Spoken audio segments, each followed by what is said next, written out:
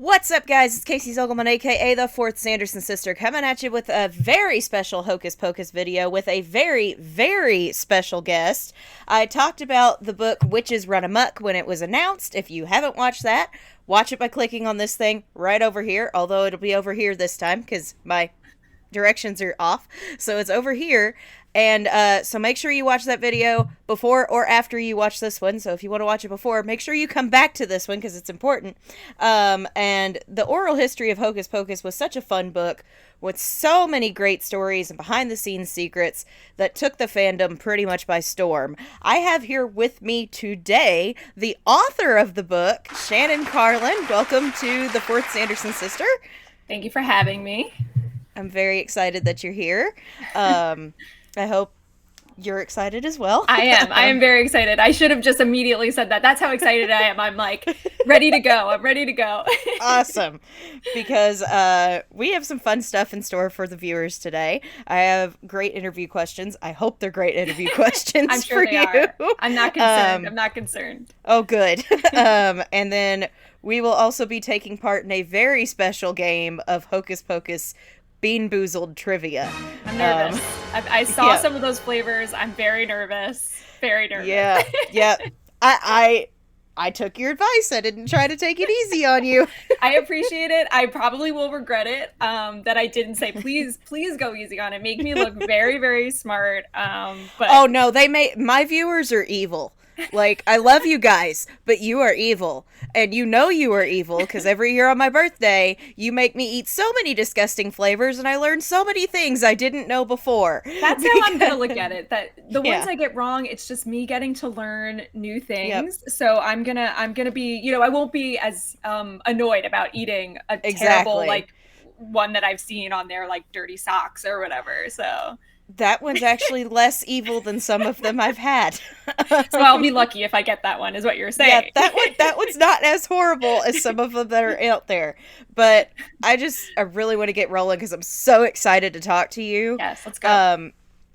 When did you discover your love for Hocus Pocus, and like, what does it mean to you? Yeah, I mean, I think like a lot of people, it was when I was a kid. I was old enough to be around when it came out in theaters, but I did not see it in theaters. But I was definitely like, my mom was a huge movie lover, and I think she just saw this cover at, the Blockbuster or whatever, picked it up, kind of thought we would like it, me and my sister, who's 2 years younger than me, and put it on, and like I became obsessed with it. It was one of those ones where I remember, like, when I was writing the book, telling my mom, like, when did you know I love this movie? And she was just sort of like, I knew it because you kept like rewinding and putting it on, and I realized like we're gonna have to buy this because we can't rent it like every day. And I think it just meant something to me. I was such a kid. I think like a lot of people who love this movie, I loved a sort of spooky movie. Even as a kid, I liked a little bit of that horror, that sort of, something. I loved Addams Family. I loved stuff that I guess is like a little gothy, a little, like as a kid. So I think it just spoke to that. But I also think I loved the humor in it because it had a little bit of horror, but it was actually quite sweet and funny. And so many jokes went over my head at the time, but Same. I think it made me feel a little older. I think it was about teens, right? And I would have been like pretty young, so it felt like, oh, this is what it's like being a teenager. So I think there was so many things to hold on to, and I loved Danny, and I think I just like many little girls or little kids at the time, like she was kind of the one I could look to be like, oh, that's how I want to be. I want to be like the funny one who's poking fun at the older ones and like the smart one, So I think it just meant it felt like something that was mine. I think it was like I watched it and I immediately gravitated towards it. And I think I still have that feeling about movies that I love, but it's just like you watch them once and you're like, oh, this is my personality. This is so me. Oh, yeah. This is so in line with who I am. I loved Beetlejuice. I loved Addams Family. I loved Hocus Pocus. And so I think it meant something to me in the way that so many movies do, which was just, it felt like something that was mine. And I think especially then, right? Like now you can go online and you can talk to people about this. And I think the funny part about it is I couldn't talk to anyone but the people I knew, but I feel like everyone knew I it have in an my mind. extremely similar story. Yeah. Like, extremely similar to your experience. And you know what, the thing that's so fun is that the people I spoke to, because I got to speak to fans for the book, and I've spoken to them who have come and very nicely talked to me about the book, we all have a similar thing, which is sort of like, we found it at the right age, it became something really important, and maybe we knew some people around us who loved it, but it almost didn't matter because it was so important to us that it didn't actually matter if anyone else liked it, because in my mind I was sort of delusional in that I'm like, well, how could anyone not like this movie? This movie is amazing. Right? If you don't like it, you're just wrong, you know? And I think every time somebody tells me they don't like that, I just kind of look at them like, what's wrong with you? And I love that too, that it's like the fan base of Hocus Pocus, which is something I loved about getting to know them and being a part of it by writing the book, was just, they're the more the merrier. It is not a gatekeeping sort of situation. Agreed. They want more people to come in because they love it so much. And I think that's something really special. And that's something special about cult movies. Whether this is still a cult movie is a very good question. I would say it's not, because it's such a phenomenon. I think we've officially elevated ourselves out of cult status. Yeah, something different. I think the way like Rocky Horror is also kind of like the cult to something else. Like it's moved up, it's a new level. But I think it's just that everyone who loves it now, and it's so many people and so many different people, there is something lovely about the way people can come together over it. And it's not like, even us talking about trivia, I think people want to fool each other, but in the way to be like, I want you to know this, not in the like, I know more than you kind of like. No, it's never like that. Yeah, it's more of like, oh my gosh, did you know this thing? Like, and I love when people share new facts. Oh, for sure. Because I don't know everything about it. I was lucky enough to write a book. I'm still learning. Right? I'm still learning. There's still so many questions I still have because you just can't answer them all. And unfortunately, some of that is you maybe can't talk to someone because they're no longer with us, or maybe they don't want to speak about it right now. And hopefully those stories come out. But I think that's the fun part about this fandom, and why I feel like we were talking about why we love this movie, because it feels like a little bit of a team more than like, it's a club. It's sort of, people can really get behind it. And I think it's like a very sweet place to be. It's not like, it's not a dangerous fandom that's sort of gonna cast you out. Yeah, it's gonna cast you out or has feelings about it. It's a pretty loving space to be in, which I think is rare with fandoms, and I think that's something really is I appreciate about it, and I think a lot of people appreciate about it. Because, like, speaking from my own experience, I discovered the movie when I was 4. Oh my gosh, yeah. My mom, I was a Toy Story baby. We wore out our first Toy Story, and I think Mom brought Hocus Pocus home because she wanted to watch something that wasn't Toy Story. And I feel like that's a parent thing, right? Just being like, can I get them hooked on something else? But the funny part was, I was a big Scooby-Doo kid. I loved Scooby-Doo. So in 98, when I was 2, Scooby-Doo on Zombie Island came out. Yeah. And Mom and Dad were like, Scooby-Doo. She loves Scooby-Doo. Let's watch this movie. Yeah. And then it proceeded to traumatize me. Oh, no. Oh, no. That one was not my cup of tea at all. Oh, no. Because I have such a wild imagination. I thought the zombies were coming for me. Like, they scared the crap out of me as a kid. And so when 2 years later, Mom's brings home Hocus Pocus when I'm 4, and it's like, okay, this could go one of 2 ways. It's bold. Yeah, it's bold to pick a movie where there's zombie in it. There's some stuff in it. So I'm pretty sure Mom and Dad had their finger on the stop button.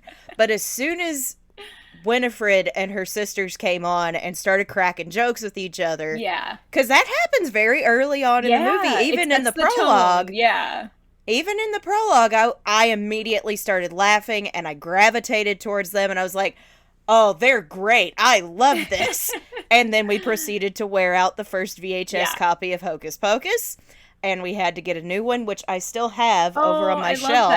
That second one. And it has everybody's signature except for 3. Okay. I'm missing 3. All right. It is my goal to get that thing covered in everyone's signatures. And what a great, like you said, a relic of that time. Yeah. Because I have the same sort of like seeing it on the shelf, like that VHS box is kind of like in my brain. Like it makes me think about Exactly. VHSs is like the Hocus Pocus. That image is so iconic to me. And I think Oh for yeah. many others, which is like Oh yeah. you've seen it, the posters, everything. It's a great shot. And Like, it used to sit on our shelf with the rest of them, but I, like, finally just migrated it to my room after a while because it was like, this doesn't need to go yeah, anywhere but with this is me. fine. This is Nobody else is going to love this as yeah. much as I do, so it stays with me. Only fair for you to have it. But, yeah, like you said, you discover it as a kid, and you're just like, oh my gosh, this is gonna be me from, like, now on, and as you Yeah. can see, I based my entire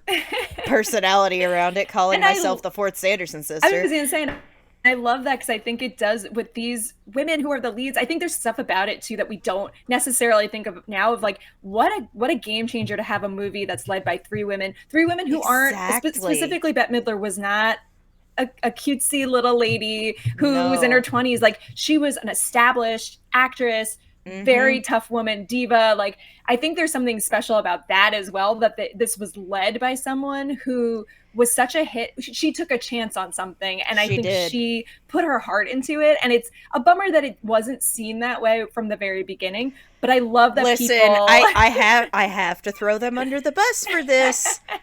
It is Disney's fault that this thing bombed. I agree. I think I think there's a sense now that maybe even still they don't totally understand They what they don't have, know what they're which is doing a with little this bit of a thing. bummer because I think Yeah. everyone has told them. I mean, I think some of the best parts of this movie are that now we think of all the merch that is out there, Yeah. all of the We but didn't have that for the fact that years. people were making their own merch because it just didn't exist is hilarious to me, because I think Disney obviously so good at marketing and Oh getting stuff God, out yeah. there, but because this just didn't do well, this was a different time. They didn't have the internet to see the last, I mean, even that they don't have the original Sanderson house, because where do you put that? So you Yeah. just, and now they would have archived that and kept it, and it would be Oh, for somewhere, right? sure.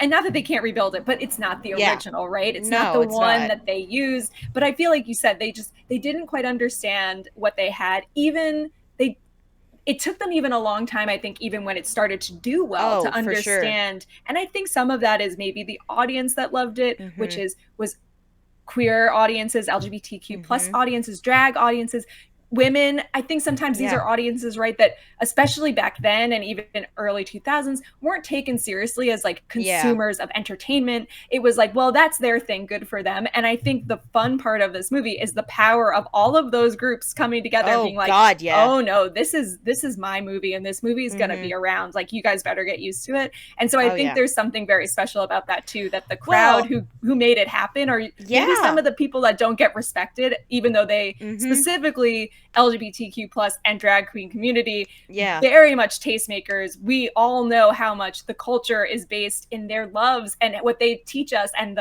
lingo and all of this stuff. So it's Oh crazy yeah. that they wouldn't know that, but I think that's such a special part of it too, is like maybe some Mm-hmm. audiences that don't get respected for Mm-hmm. how consequential they are to the Oh entertainment we yeah. have, were the ones who built this up. And I'm like, yeah, that feels right, that feels right. Yeah. Yeah. And it's like you said earlier, all those audiences, we're not a gatekeeping fandom. You Yeah, can be straight, you can be LGBTQIA plus, you could be yeah, a woman, you could be a man, you could be whoever. If you like this movie, we're gonna say, come on in. yeah, I yeah. like to equate us with the little settlement down by the river that we like, that it's peaceful. People from outside the fandom will come in during Halloween and they'll Yeah, be like, oh yeah, we're part of this. And we're like, welcome, buy our spooky wares. And then they leave and we're like, all right, see you next year. yeah. And Which we just keep our little community. Yeah, which I love too, because I think you're right. There is some that like Yeah. I was very I am a person who, I will say, it is a movie for spooky time. That is Oh, when for I want sure. to watch it. That's when I want to, be in that world. But I love how many people talk to me about, oh no, this is a Christmas movie. This is a winter movie. This is my cozy Now, movie. This is I all can't year believe I'm about to round. say this. Hocus Pocus is my Halloween movie. I watch every year Hocus Pocus 2 while Oh. I'm putting up my Christmas tree. I There don't you know go. why. That is my Christmas movie. I love it. I love that that's like, I love that it's taken that, because I think you're right that people are just like, it's Halloween. That's when we want. But I'm like, Yeah. no, if you know the real heads, the real ones, Yeah. that is an all year round movie. That is a comfort yeah. watch no matter what. And I do think from talking to Yeah. people, I understood it more. I understood why I'm just like, yeah, this is a comfort. This is something to watch all year. Even if for me, it is very specific to, it gets me in the mood for that time. And that's what I love about it. It's almost the way I love like Cadbury eggs or something. Like they come out one time a year and I love them, and then I put them away, and then we come back again later. And but I love that for other people, that is not what it is. And I love that about that fandom. For me, this thing, I'm gonna get deep for a second here. Back in 2017, I was in a horrible place. Yeah. Just a horrible place. Like I was ready to end my own life. I was suicidal. Yeah. Nobody knew, because they don't know whenever you're feeling that way. Yeah. And I was out in our swimming pool, which is no longer there, by the way. It rusted out and it had to go. Yeah. I was out in our swimming pool just floating around by myself going, how easy would it be for me to just go under, and that's that. Yeah. And then as I'm having this thought, my phone buzzes, and it's my buddy, my friend since kindergarten, messaging me on Facebook Messenger, and I answer, and then I'm like, oh, while I'm here, I just open up Facebook, and right at the very top, and this is about the time when the merch started exploding for Hocus Pocus. Yeah. Is Spirit Halloween advertising their new Hocus Pocus collection. And I was like, their what? Why have I never heard of this store before? And I started looking through all this stuff, and I was like, oh my gosh, this is all stuff I've wanted since I was like 4 years old. Yeah. Oh my God. And it snapped me to where I was like, I can go get this stuff. Yeah. Yeah. It gave me a reason to keep on going. Wow. And it made me smile for the first time, and it, like, genuinely smile for the first time, and I don't know how long at that point. Wow. And I was like, oh my gosh. So I attribute Hocus Pocus to basically saving my life. Wow. I mean, thank you for sharing that. I think there were a lot of people I talked to who had very similar stories that, like you said, brought them out of different things, was the comfort. And I think sometimes when people talk about that with movies, it's easy to, I think, be like, well, that's a kid's movie. Like, you know, people can be a little like, oh, that's what did it? And but it's I like, think, no, seriously. But like you said, I think the community that surrounds it, these movies make a lot of people feel seen. There was a lot of people I spoke to who are like, you know, that was my sort of gay awakening, or that was when I sort of knew maybe I was different, and it made me think about, I think some people may not think of it as that movie because they watch it. It's a fun movie. They put it away, like you said. But I was really struck by how many people had that kind of connection to the movie. And I think it helps that those three women are also very important to a lot of people. Oh, yeah. And like you said, these characters are important, and there's things you can see in it. And I think, like you said, there's sort of something about that's very special too, that people feel that connection. And maybe it is because a lot of us got into it when we were younger. So like, it is a comfort. And it was like, I have this just image in my head of the three of the Sanderson sisters just grabbing me on that cliff and just pulling me back going, hey, we still need you here. Yeah. We're not done with you yet. Yeah. And then not long after that, a couple years later, here comes Hocus Pocus 2. And I'm like, oh, you guys were right.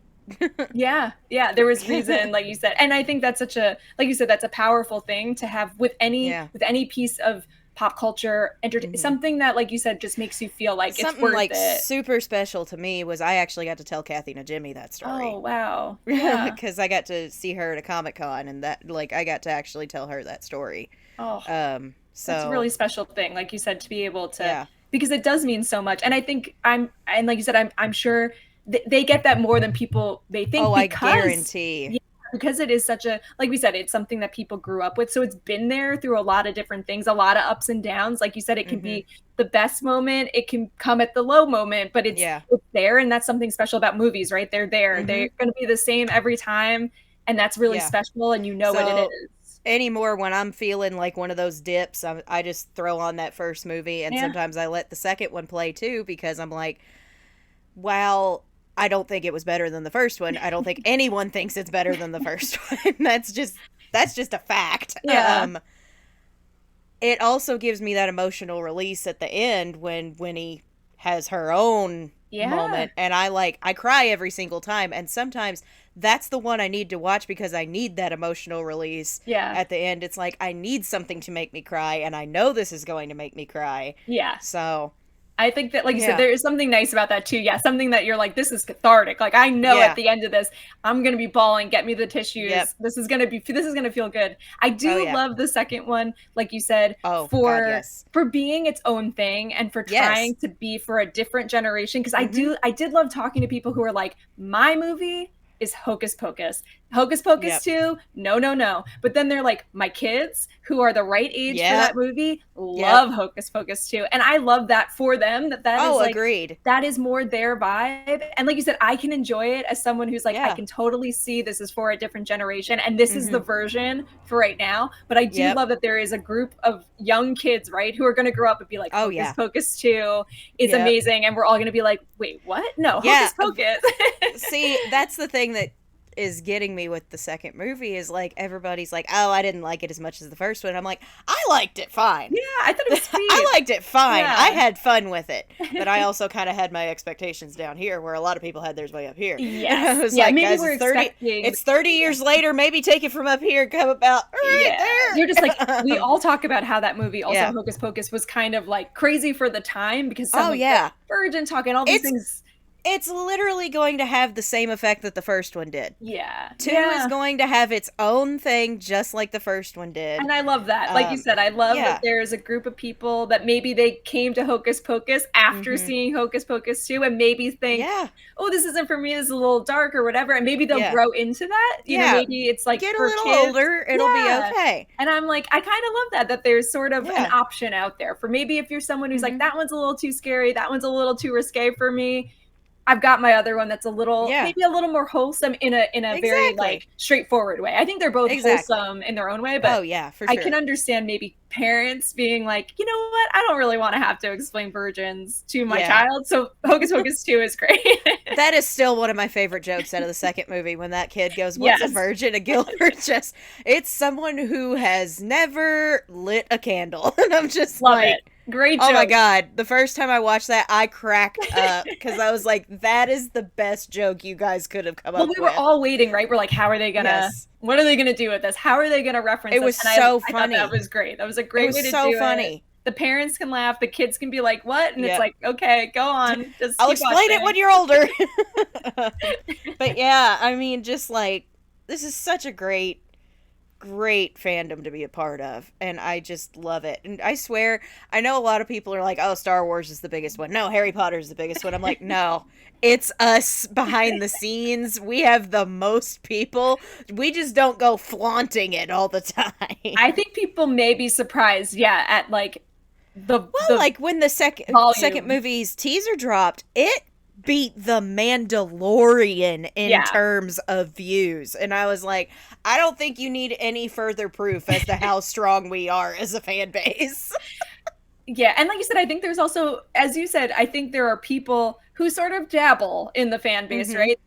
They Yeah. come that time of year, and I think it's special for them too. So I Oh, think, yeah. like you said, there's maybe more people feel like they can be accepted. Where maybe, no Mhm. offense to Star Wars or Star Trek or any of those, that feels very insular. Like you're like, Oh, oh, yeah. they know so much that I don't know. I don't know that I Oh, can yeah. join that. This feels a little bit more like you can take a course in it. You can audit the Hocus Oh, yeah. Pocus, sort of fandom and decide to come in and out.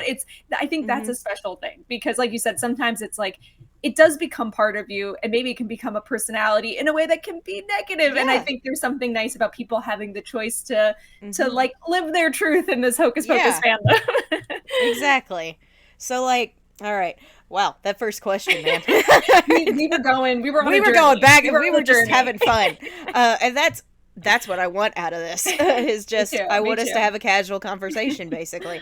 So what possessed you to take a deep dive into writing a book like this? Yeah, I mean, it kind of came, it was a surprise. It was sort of like a happenstance sort of thing. I had written an oral history piece that was specifically about, the I Put a Spell on You scene. It was just on Yeah. that. It was for the 25th anniversary or the 20th anniversary. Mhm. oh, no, it must have been 25th. And it was for Bustle, their Hmm. website. And, I got to speak to David Kirshner and I got to speak to Yeah. Thora Birch and I spoke to a bunch of Doug Jones. I spoke to a bunch of people from it and kind of, did it, was very excited about it, Yeah. very proud of it. Walked away, did my regular, I'm a journalist. That's my career is journalism. So, Right. I went on and covered other things. And then, during the pandemic, got an email from an agent that was like, hey, I read your piece. Would you be interested in sort of building this out, doing a book? Do you think you could do that? Hmm. And I was sort of like, can I do that? I don't know. I wasn't thinking about that. I Hmm. wasn't, I love books. Of course, I would love Oh to write yeah. a book. Right? If you love books, who doesn't? But Yeah. I wasn't sure what that would be and just kind of sat down and thought about it and kind of laid out an outline and was like, I think I can do this.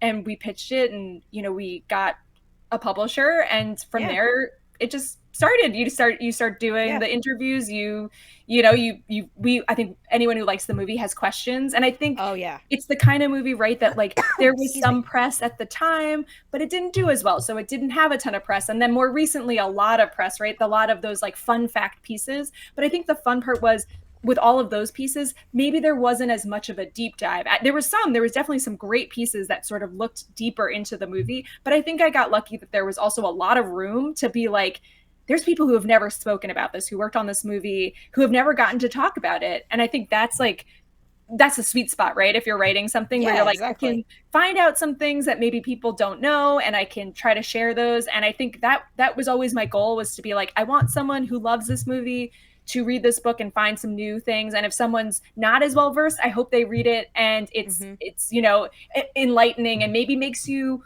watch the movie different or see something new in it. And I hope, that was sort of my goal, was to be like, let's Yeah. try to get some new information and also maybe let people speak about their experience, because I think it's easy to forget that when it came out, it didn't do well, right? We all know that Right. it's part of the legacy of it, but it also, I'm sure if this movie didn't have the sort of become the phenomenon it is, I'm sure some It's underdog people, story. right? Some people also might not have wanted to speak about it, because if it was just kind of a negative thing, people might be like, I don't really want to go back to there. And people were really nice to speak to me about maybe a time. Now it's easy to look back and say, that was a difficult time, but look at where we are now. And I think that was very kind of people to want to speak about that, because I think that's kind of can be lost, right? Because they're on such a high right now. It's easy to Yeah. forget that there was this whole chunk, decades, where this movie was just kind of out there, right? People Yeah. like us, other people who loved it, but it wasn't a big deal because maybe, Hmm. like you said, Disney was not celebrating it in the way, even when other people were. So I think Oh yeah. there was something about trying to talk about that too, sort of the disappointment and the low of that, and then how it's been to have this high and find out how many people loved it, because so many of them didn't realize it, that this was a thing like we're talking about, where it was like, oh, I was at home watching, loving this movie, looking for merch, wanting to meet other people who they weren't really aware of that either. They just kind of thought it was a project that didn't do well. It was fun to work with Bette Midler. I go Yeah. on and I keep working, right? I go on and do other things. So I think that was also the fun part, to talk to people about maybe what was a low time that now they can look back with like fresh eyes and talk Yeah. about what it was like to get past that. For sure. For sure. Um. So what part of that process did you find the like most challenging, and what part for you was like the most rewarding? Yeah. I mean, I think they're kind of one and the same, which was just getting people to talk, right? Like it's Yeah. challenging to sort of reach out to someone, sometimes just cold email someone to say, Yeah. hey, I'm writing this book. Do you want to tell me some like stories from your past? Do you want to like Hmm. get personal with this stranger that you don't know? And Yeah. to everyone's credit who spoke to me, they did. They were willing to sit down with me sometimes for hours over Hmm. Zoom or a phone call or over email. We would speak and just answer my questions and answer follow-up questions. That's a lot of time to give to someone you don't really know, but I feel like they were Hmm. really open to talking about this and maybe getting a chance to tell the story of like the ups and downs and sort of everything that's gone on in these 30 years. At the time it was 30. And so I think that was challenging, but it was so rewarding to hear people's stories and want to like take those stories and use them in a way that was not going to take anyone out of context, wasn't going to, was going to tell the story that hopefully everyone felt they had told me, to try to like make sure that I was bringing these stories to light and letting them tell it, which is something that's special about like an oral history, which is that, you know, obviously it's in someone's voice. We're using their, and I loved hearing people's voices because everyone has a different voice. You know, when you read Omri speaking, or Vanessa speaking, or Don Yesso, who played Mortal Busboy, they all have a great we person. Love him. Great we love him. But I think like you can hear the difference in their voices, and I think that's something important because these are all different people who came together to make this. And what a lovely thing. What a team. You know, this is such a collaboration between so many different people, and I loved sort of getting to speak to them. But I think true, it was challenging, it was rewarding, it was amazing, it was all the things to try to like reach out to everyone, because in the end I spoke to almost 100 people involved with the movie, people who lived in Salem, fans, drag performers, just trying to get a better sense of like what this movie means to them, but to like so many other people. Because like we said, it does mean a lot to people. And Salem during that season is, you know, full of people who want to experience this movie in person. You know? And that's a special thing. And also maybe speaking to Salem locals can be a frustrating thing, you know, and it was nice to hear that too, to be like, what are the effects of these kinds of movie tourism and all these things. And I love that maybe the book can do a few different things at the same time, that it's celebrating the movie, but also maybe, you know, talking about the effects of movie tourism, or talking about like old school filmmaking. Like I hope that people can read the book that maybe don't have a connection to Hocus Pocus, and maybe get a sense of like what it took to make a movie specifically in the 90s, specifically a movie like this, specifically a movie for Disney. To me, I'm like, I hope it can fill a lot of buckets for people, that if you like the movie, that's great. There's a total in for you. For sure. But maybe if you're not so sold on the movie, maybe it's a way to be like, can I maybe convince you to give it a watch? Can I maybe convince you to think about it a little differently? You know, that was also part of my thinking when writing it or making it. For sure. There's just so much to it. And like you said with Salem, I try to be so respectful when I go up to Salem about that kind of thing, because I want to go see the sights, I want to go take my pictures, but I'm not going to wander onto people's property. And if you're one of those people and you're watching this video, please stop doing that. It's a big no-no. And it's not nice. And like you said, unfortunately, and I don't think it's not everyone, and I'm not calling out any, but like you said, I think it's very easy for people to get really excited. They see this house, they see this place, and to kind of, like you said, forget you're not at a theme park, that you're this is a town where people live. And I think that was like cool about talking to people from there, because that was kind of their thing too, which was like, I love that this is caught on. I love that people are coming to Salem. I hope they're learning other things. I hope they're learning about our history. But also, yes, we would love to be able to tell people, you know, it is crowded. It is a busy time. People do live here. Like, can you please, like, understand that? Just be respectful. That's all you have to do. So, I also need to hydrate a little bit because my throat is being silly. Allergy season, you know, honestly. And I am in the pollen bowl of the Midwest, so it's so much fun around here this time of year. So what was like, who was your favorite person to interview out of everybody? I know you probably get that one a lot. It's a good one, because I think, like you said, you talk to a lot of people and you get to really talk to them. You get to really talk to them about stuff and get to know them a little bit. And it does become, you know, like, we're not friends, but you feel like you're like, oh, I want to do right by them. I want to make sure that I'm telling their story. I mean, there were so many. There's like the obvious ones of like, you know, Omri Katz was lovely because he hadn't done a ton of interviews at the time, and he was just sort of getting back into sort of being out there. And it was, I think he was very willing to talk about his time off and what he had been doing and what it meant to him then, and, you know, how he had stopped acting and maybe was thinking about going back. But I think talking to Larry Bagby, who's like hard on his sleeve. Oh my gosh, that man is a giant teddy bear, and I love him. And just had like the best stories, but also was just like a very sweet person, and is still working, and was, you know, nice enough, him and Tobias. nice enough to take time between working. And Vanessa Yeah. was so sweet. I actually spoke to her. She was so nice. She was supposed to give me a certain amount. She allotted Yeah. a certain amount of time, and we were still Right. talking. And she was so sweet that she was like, "I have to go get my nails done. Do you want to like continue this chat?" And was so Uh-huh. sweet to keep me on the phone as she was Yeah. going about her day, which she did not need to do. You know, David Kirshner is sort of like, to me, like the fairy godfather of the I was book, gonna say that is the because Godfather. yeah, because without him, it just couldn't.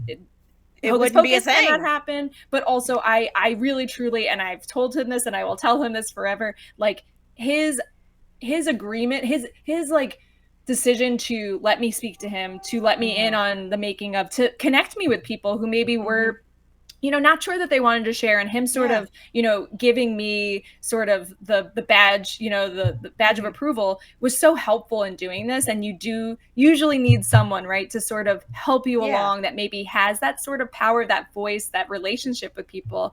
And I feel like without him, you know, this couldn't happen, and none of it could happen, none of it, from the movie to the book. I mean, Nick Garris was lovely to talk to. Yeah. You know, getting Kenny Ortega was one of the last people I spoke to. We were trying to make it work. You know, Mm-hmm. that's the thing I think you realize when you're doing this stuff, right? Is like, you think you have all this time to get it done, but Yeah. deadlines creep up on you, Oh and you're yeah. trying, and people are so busy, and you're asking for a Mm-hmm. lot of their time. And Kenny was one of those people that we were trying to make it, and it seemed for a minute we weren't going to get him, and I was, you Mm-hmm. know, a little heartbroken, because I'm like, Yeah. this is also such his project too. He's Oh so gosh, important to yes. it, and the tone of it. And I was a High School Musical person, a little older when it was out, but I Same. still loved Same. it, and just loved Newsies. So I was like, I would love to speak to him. And he was sort of a last minute person who we got the okay. And Yeah. I kid you not, we were doing the interview. I was throwing his quotes in the book like Yeah. days, hours before this book was going to publish, like Woo! that close to getting in. And he was so kind to give his time. I mean, it's just, I could go on and on and on. William Yeah. Sandell, who is the production designer, who should write his own book. He is just so good at what he does, but also has Yeah. great stories, and had all of this material and sent me, you know, images of videos of him looking over, you know, the like blueprint for the stage that it was on and how they made it. I mean, just sending me things that like he did not have to, you know, going above and beyond. And I think that's the thing about pretty much everyone I spoke to. They were so willing to give me information. Tony Gardner, who, you know, is the creator of Billy, made him look the way he does. I mean, I think there's so many people. I could go down the list. I think Yeah. everyone I spoke to gave me something that I was like, this is such a good quote, or this is such a good story, and I need to put it in the book. And I think like that's a special thing too, to talk to Oh, that for many sure. people and to get something interesting from everyone, because everyone has an interesting story to tell. Everyone has these little details that, even if they don't wind up in the book completely, like can help you get to a different question or a different person. I think that's the thing that you don't always see, is like the stuff that gets cut but also kind of finds its way in there because you needed to talk to this person to get that person to tell you a story, you know?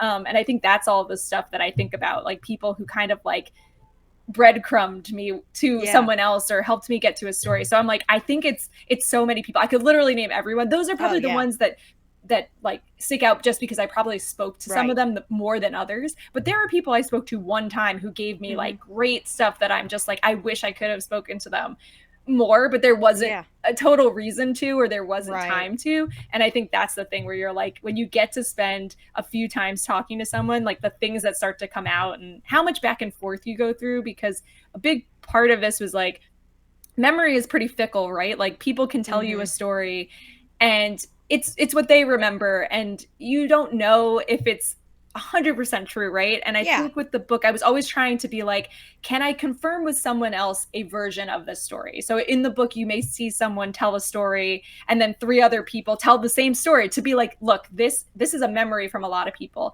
But sometimes you'll get a story and then someone else will be like, no, no, no, that's not how I remember it. I remember something different. Yeah. And to me, it's important to have those two in there, because Right. there's probably a version in the middle, right? Where some of this is true, some of this isn't, maybe exactly 100%, but memory is memory. And so I think that Yeah. was like also important too, to go back and forth with people to say, oh, someone told me this story about you.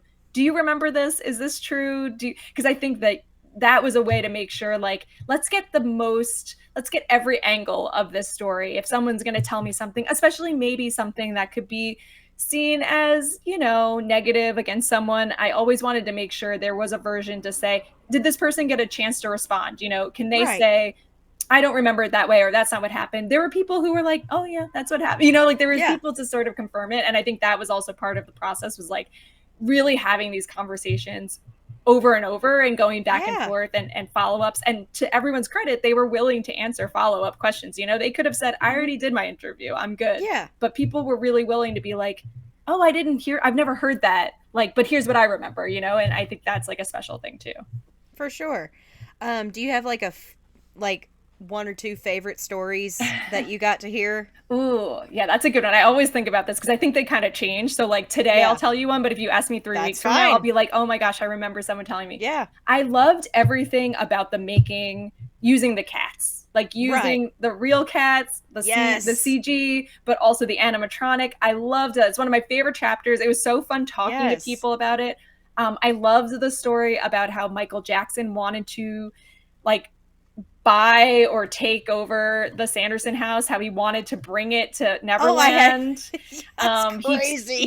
Will Sandell like talks about how he was on the set of the Flintstones, and Elizabeth Taylor, who was in that movie, is friends with Michael Jackson, very legendarily friends. Yeah. And Michael Jackson had come to the set to see her, but she was gone. And William Sandell was sort of told, like, can you bring him around because he's here, he wants to see the set. And while they were speaking, he told him, oh, you know, I'm trying to buy the Sanderson house. I'm trying to get it. And William Sandell was like, oh, really? Like, that's interesting. I've never heard that. And he wound up going to David Kirshner and being like, hey, did you hear this? Because David Kirshner also had worked with Michael Jackson before. And he was like, oh, I didn't know that. But I think he was trying to get a blueprint. He wasn't actually trying to get the house. But there's also a story about how the house almost wound up in David Kirshner's backyard because they wanted to take it, but they didn't have enough room. So if they would have had enough room in their backyard, they would have taken it. I'm trying to think of others. There was just so many kind of like, I love that there was like a random custody battle about this house. Over the house. Like, and then like one of the fans I spoke to like was like, oh, I have the original blueprint of the Sanderson house. So like technically they could just go and build it. I was just like, that kind of stuff was so fun. I need that blueprint. Well, like, you know, that is my dream house. Yeah, I was gonna say might be able to find someone who's maybe willing to make a copy for you. But I think it's stuff like that, some of those kind of weird sort of fun fact stuff where you're just like, oh, that's strange. There's a story about, you know, Omri talking about how maybe he was high during the making of the movie. And how he was like, my favorite thing was he was just sort of like, no one knew I was high. And then I spoke to like 3 other people and they were like, yes, we absolutely knew. we did know. And I think that kind of stuff is fun because I think, again, some of the people I'm talking to, they were kids when this was being made. So, you know, they're remembering memories of them being teenagers, and they were teenagers. So there's funny stories about, you know, hanging out and going to see the Grateful Dead and like these fun kind of stories that I think like, to me, that's like the stuff you want to learn in these kind of books, right? You want to hear about the relationships. You want to hear about the fun stuff. There's like a story about how the costume designer, Mary Voigt, like played a trick on Bette Midler one day that she had shrunk her dress. Like there's like a bunch of funny things. There's a makeup artist who tells the story, Kevin Haney, who was Bette Midler's makeup artist, about how before they were supposed to do the old age makeup, which is called stipple, that Sarah Jessica Parker and Kathy Najimy had gone to the spa and had facials, and came in to put their makeup on. It was burning because maybe their skin was a little raw. Oh my God. And, like, Bette Midler was just like, it's not hurting me. Like, I don't have a problem. I'm good. Yeah, I'm good. And they came back the next day and it was fine. But like sort of those kind of funny stories were just kind of what a random thing that it's just like, that's what happens on set and things. I'm trying to think of others. I mean, there's so many, you know, not to plug the book, but there's, I thought maybe read the book. Yeah, maybe read it.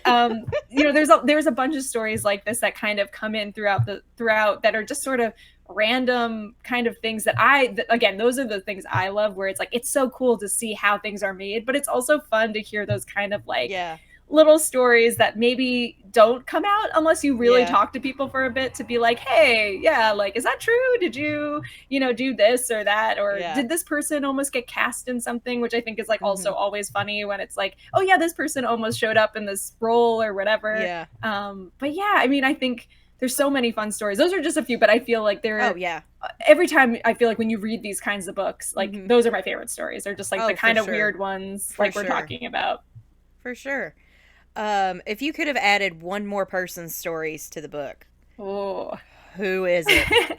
Well, I would love to have Bet. I mean, unfortunately, I wasn't able to get her because, like we said, sometimes timing doesn't work out. They had also just done, when I was doing this, they had just done a lot of press for Hocus Pocus too. So I think, unfortunately, they might have been Hocus Pocused out, and they're also busy women. So I think I would have wanted them to be part of it. The lucky part is they have talked about the movie, so I was able to get their quotes in there, get stories from them, have that stuff. And I think sometimes too, it's fun to hear other people talk about them because it's sort of like the way we would be if we saw Bette Midler on the street. It's like, oh, I saw her doing this. It's like, it's kind of fun to have other people sort of talk about like, well, this is what it's like working with them. And like, here's what I noticed. Like, I love the story about them talking about, flying and Sarah Jessica Parker being in the harness, just reading the New York Times. Like, you're just like, what an image, what a lovely thing. So I would have loved to get them. But I think at the same time, this is the version of the book, right? This is the version of people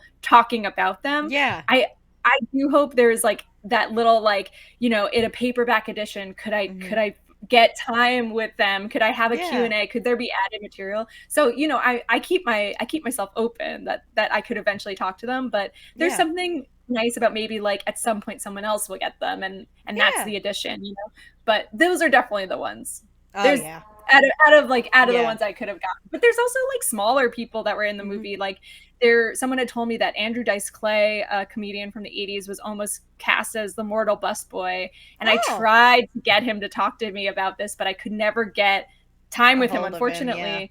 But I think stuff like that, where you're like, oh, was that true? Like, were you really? There's a couple of other people that were like possibly were in roles that like I tried to get. Like Jennifer Lopez was apparently up for Sarah, and I was like, is this true? And like I got a response, but I like couldn't speak to her about this. So I feel like, that kind of stuff would be fun, because I love to you'd love to break some news, right? To be like, oh my gosh. That one was a trivia question one year, and I did a double take when somebody was like, oh yeah, it was almost Jennifer Lopez, and I was like, I'm sorry, what? I mean, I love the idea. I always love when you hear about who could be in something, because those roles are now so those people. Like, you can't imagine. I can't see anybody else. Yeah, you can't see anybody else. No, we lucked out. It is funny to imagine, like you said, like what it would have been like, how that person's career would have changed if they would have been in this. But at the same time, you're like, oh, I think when casting happens, I think someone says this in the book, where they're sort of like, casting is like such a fun thing, because whoever gets it is probably the right person, but it's fun to think about who could have. But in the end, like, the right person usually gets the role, and I 100%. Think that's true about I can't imagine anybody else but SJP. Yeah, you can't imagine it. Even if there's a great version out there that could have been Jennifer Lopez or someone else, it's like you can only somewhere see it in the multiverse. Yes. And if you're believing in that, then there could be a version out there that's like Rosie O'Donnell and Jennifer Lopez and Cloris Leachman. And Cloris Leachman. It could be a version out there. We'll never know, but I love the idea of it. Yeah. So we're gonna shift a little bit here. Sure. Which character from Hocus Pocus would you want to swap places with? Like, suddenly you're in this fictional world and you are this person. I think I would pick Danny. I mean, obviously I'm too old now, but it would be her. I think because I love that she's kind of on the journey. She's seeing so much up close. She's getting to, be held by Winifred. She's in all of the different circumstances you can be in. Oh, yeah. So I probably would pick her. But at the same time, I'm like, maybe I'd want to be their mom. Maybe I'd want to be Stephanie Pharisee. Maybe I'd want to wear that Madonna costume and be at the party just dancing to, so it's like, I think there's something fun about that. But yeah, I think I've been a Danny person for most of my life now. So I feel like I would probably pick Danny. All right. And on that note, who would you never want to swap places with? That's tough, because I'm sure like maybe the cat, like maybe Binks when he gets like run over. Like, I wouldn't want to be that would no. I mean, maybe I also wouldn't really want to be Billy, just because he's been, He he's gets his getting head knocked unearthed. off Yeah, so I was like, much. I mean, he's been underground for a long time. He's getting man beat goes through up. the ringer. Yeah, even though I love Billy, like this is Oh not a yeah. bad thing. But I'm like, if I'm thinking about the experience, I don't think I'd want to go through. I don't want to have flies in my mouth. I don't want to, Yeah. I don't want to do any of that. No, no, no, no, no, no. Now Hocus Pocus had a different version before it became Yeah. what we saw. If Hocus Pocus had continued forward as the darker Halloween House, its original title, Yeah. do you think it would have still been as popular today, or do you think maybe it would have kind of faded a little bit?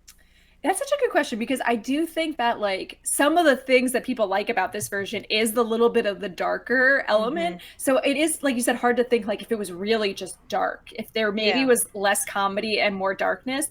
I kind of think it wouldn't because I think that Yeah. maybe it would just be more of a horror movie. I think something special about Hocus Pocus is that it's kind of like in a genre of its own because it's camp, it's horror, Mm-hmm. it's comedy, it's burlesque, it's drag, it's like all these things. So it's like I don't Yeah. know if just a scary version would have the same feel because it's Yeah. like something like Rocky Horror. You're like, if that's just a musical or just a horror or just I don't think that has it's Yeah. about the campiness. It's about that element of it. So it's like I don't think so, but I'm also Mm-hmm. like I would be interested in that version Yeah. because I think Like, like the witches because are I've something. I've got a version of that old script and I've Yeah, read through it and I'm yeah, like, this is very different. I don't know how I feel about this because I did a video on it, and if you guys yeah. haven't watched it, you can do so by clicking on this thing right here. Just wait till after this video's over. Um, uh, and it was basically a straight up horror movie Yeah. with Yeah. occasional jokes, and I almost felt like Sarah and Mary didn't even need to be there. Like they could have just done Winifred and it would have been fine. Yeah. Because they just kind of felt sprinkled in there where they were like, oh, right, this is a Disney movie. We should probably make something funny happen. It Yeah. just, they kind of felt shoehorned in. And I was like, I don't know if I would have liked this as much as what it ended up becoming. I kind of agree. I'm like, there's probably a great fun version, like you said, but Hmm. it would be different. It would just be a different kind of thing. And like you said, I Yeah. think that some of the characters that we love from Hocus Hmm. Pocus just wouldn't be in it in the same way. And I Yeah. think also too, I don't think there's a version where that's Kenny Ortega directing that. Yeah, Like exactly. this is what Kenny Ortega was meant to make this Hmm. movie. That's why they brought him in. So it's like you said, it's like it feels like there would be so much different that it's like hard to imagine it more than just like what's a scary movie when you're a kid, like a scarier movie. Hmm. It's like it would be like that and it could be Yeah. really cool. But yeah, I don't know if it would have the Lasting same. impact. Yeah, because I think so much of this is about again the campiness of it, the Yeah. fun, the color, the everything about Hmm. it. It's like I agree with you. That version just seems like it would be darker and there would be less of the sort of fun of Yeah. what we love about this. And again, I feel like it's even something like the put a spell on you scene wasn't even in I the version. know. It's like that comes later. That comes from being Yeah. like we have Kenny Ortega, who is a wonderful choreographer, Hmm. musical person. And I mean, you have Bette Midler. It's like against biblical law to not let her It sing. does feel like in a version that they would have been like, no, no, no, you can't sing, Bet. You're just like, oh yeah, that would be crazy. But I love that is also like we're saying, like that Mhm. came later on too. So it's like it's interesting, like you said, to go through the different scripts, and even still, there's a version of Yeah. the script that's late in the game that doesn't Mhm. have some of the fun stuff that I think because I mean, for Yeah. me, that was my favorite scene growing up. That was the Yeah. moment, I would Oh, go I back to rewound that that every single 100 time. million times. Yeah, I mean, I always wish that there was, the soundtrack version of that. And I loved hearing about the making of that Yeah. song and how much different it would have been too if they would have been able to have more of it. And that, like, obviously the way like copyright works with songs, like they could only do so much. And I love the version Yeah. that's in the movie, but there Mhm. is a version where there would have been a whole bigger song and more verses and all of this stuff if there was a soundtrack, kind of right? like how we heard in 2022, and we haven't heard anything since, that there was supposed to be a Broadway musical version of Hocus Pocus coming out. Yeah. I want that specifically for that scene. I am so interested in how they would do that on screen. I mean, I think that's the thing about it where you're like, it makes too much sense as a musical, but you're also like, yeah. that's an expensive musical to get That them is very flying expensive around. musical. So you're like, I can understand. But I mean, if you look at some of the other stuff that has been on Broadway, Yeah. they can do it. I mean, like- even Aladdin. Yeah, like you said, all So- of Beauty and the Beast, Aladdin, all of these ones, like you said, they put so much money behind them. But I'm also like, my hope is that whenever this does happen, because I think it will happen, I think it's going to happen. I'm just more like, it'll be when they're ready, and I appreciate that it won't be some maybe half-assed version of this. It's gonna be like they're gonna know what they need to do it, and it's like that is special. And I mean, to imagine who they will cast in that is really fun. To imagine who in the Broadway world or celebrity worlds, like who they would pick. You're just sort of like, that's going to be fun. The sort of fantasy, that'll be very fun. The fantasy casting of that. Yeah. So, would you ever want to write the oral history of the second movie if you were given the chance? You know, I did write a chapter for this version of the book that was about Hocus Pocus 2. It was a whole chapter about how it got made, and obviously a super interesting story. It didn't quite fit in this book because it felt like this one just deserves to be about. Needs to be about one. Yeah. But I feel like because the stuff I learned and all the different things, and what an interesting story about how it gets made and how it finally gets made. I think there is definitely room for someone, if not me, and I would be happy to do it because I loved speaking to those people. I love speaking to the people who are in the new version of it.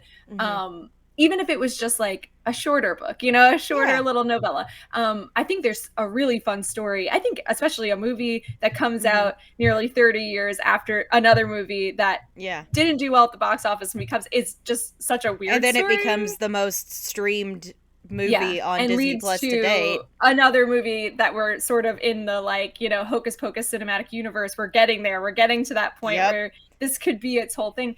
I would love to see it. As far as I know, there's nothing in the works. I'm not involved with something, but if it happened, I would love to throw my name in the ring, just because I did get to speak to people and I really loved some of the stories I heard, but it just it just didn't fit. It was a very long chapter that definitely deserved to have its own. I think the movie deserves its own thing, so I'm happy that we came to the conclusion that maybe don't shoehorn this in, but there's so many good stories about it and the people involved that I think, like, it would be cool if it gets written. I think it should eventually, because I mean, like we said earlier, I think 2 is going to have its own cult status for a while, and then it will elevate. To where the first one is now. Yeah. But we've talked about 1, we've talked about 2, and recent news has dropped. Yeah. Well, if you had your say, how would a trilogy end given where we left off at the end of Hocus Pocus 2? That's the thing. With that character growth for the Sanderson sisters specifically. That's the thing, because I kind of love the way the second one ends, in that I do too. It feels like an ending to me, like as a story, as like you said, sort of coming full circle to having her release this herself from some of her bad behavior and like embracing her sisters. So it's like I kind of feel like in my heart that story is done. Now you can't have these movies without them. Now, no. I love the idea of the, like, young Sandersons, like a prequel, because I have been advocating for a prequel so hard, and I'm like, those young actors, make it happen. They're so good in it. They're so good as them. I would love for that to be like more of it, even if it's like, even if they, you know, wind up somehow traveling through time as well as their young selves, like. I would love a version where it's like they kind of have to help them get back to their time period, and maybe it's like something like that, a very Back to the Future-esque sort of thing. That. I love the idea of something like that, but I guess my thing is if it's a third one, I really hope that we do get to see the originals back, because I love the idea that if you're gonna make a trilogy, the actors from the first one come back and they're involved in the story, and there's something that they need to help them with. For me, you know? And I know everybody on this channel is so tired of hearing me say this because I've done so many talks on it. I want Avengers Assemble. We have Mother Witch, who was introduced in the second one. Yes. Being our big Thanos, basically. Yeah. And the new witches are like, oh crap, we can't beat this one on our own. Yeah. Danny just happens to be a teacher at their school. Yeah. And she's like, I don't like that these girls are getting involved in this kind of thing. Yes. And like she knew Gilbert in her childhood. Let's say they were friends. And Gilbert's like, well, I might know somebody who can help. He sends them to go get Danny, and Danny's a little hesitant at first. Yeah. But she's like, all right, she sees the nonsense out on the street with Mother Witch is back, and she's starting to cause chaos. She's like, okay, I've got to call a couple people. And it's Allison and Max. Yes. Get them back. But the younger witches are kind of like, I don't know, can we count on them? Because they seem kind of like they don't want to get pulled back into this. And boom, that's where Gilbert's like, I got another candle. Yeah. And they're like, I don't know about this. Izzy and Cassie are like, I don't know if this is a good idea. And Becca's like, no, Winifred owes me. Yeah. She owes me. So they bring him back, and we get that Spider-Man meme moment where everybody meets at the shop, and the originals and the Sanderson sisters see each other and go, "You!" And I would so love it all that. kind of comes together as an Avengers Assemble kind of thing. And I'm kind of with you that I feel like because of like how the second one ends, I don't think they can be the villains anymore. They can't be the bad guys anymore. Because I feel like it's going to feel like we're going back too much. And it's like, well, then we're kind of like negating the second one. So kind of like crapping all over that beautiful ending, and I don't want that to happen. I don't want to see that walked back. That if they came back to help, that they're a little hesitant as well. That they're like, we're not, because like we can't betray the woman who did this. But they kind of find out that Mother kind of manipulated them or something like that. And there's something there. Or even she's the one who kind of drove their hatred and like sprinkled little things in there. And they're like, oh, this is her fault. Well, we're going to double cross her. Yeah. So, and like you said, I feel like there's something there because, I just feel like they can't. You have to bring the Sandersons back. You're not going to want this movie without them. I totally understand that. But like you said, it's like, I feel like I just don't want to see them like go back and like get rid of the progress that was made. It would mess up their character development that we've gotten in the second movie, because like the only one who hasn't really had her big moment yet is Mary, and I pray to God that happens in the third movie. Like I'm a big Mary lover. Like she's wonderful. She hasn't gotten her standout moment. Winifred had her big thing at the end. Sarah even had her moment where she yelled at Winifred, and I was like, I can't believe this is happening right now, because I had dreamt about that for years and I was watching it happen in front of my face. So like she had her moment, Winnie had her moment. I need Mary to have her moment. Yeah, I agree. I think there's something there that like you're pointing out, that it's like it's about bringing the second one into the third one, but like in a way, not just like in a way that it makes sense. Bad again, and we got to bring them back. It's like and I have faith in people who are working on it.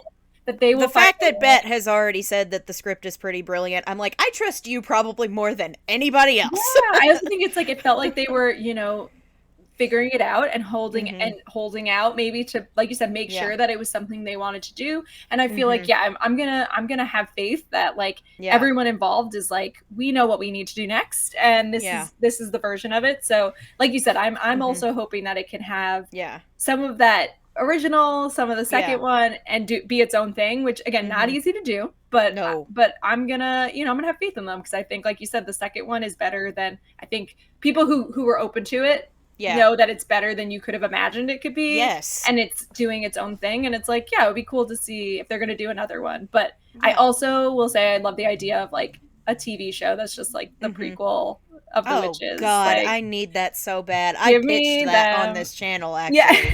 Like for a prequel TV series. First season is the young ones. Second season is them older, and then moving into where we see them in the beginning of the first one.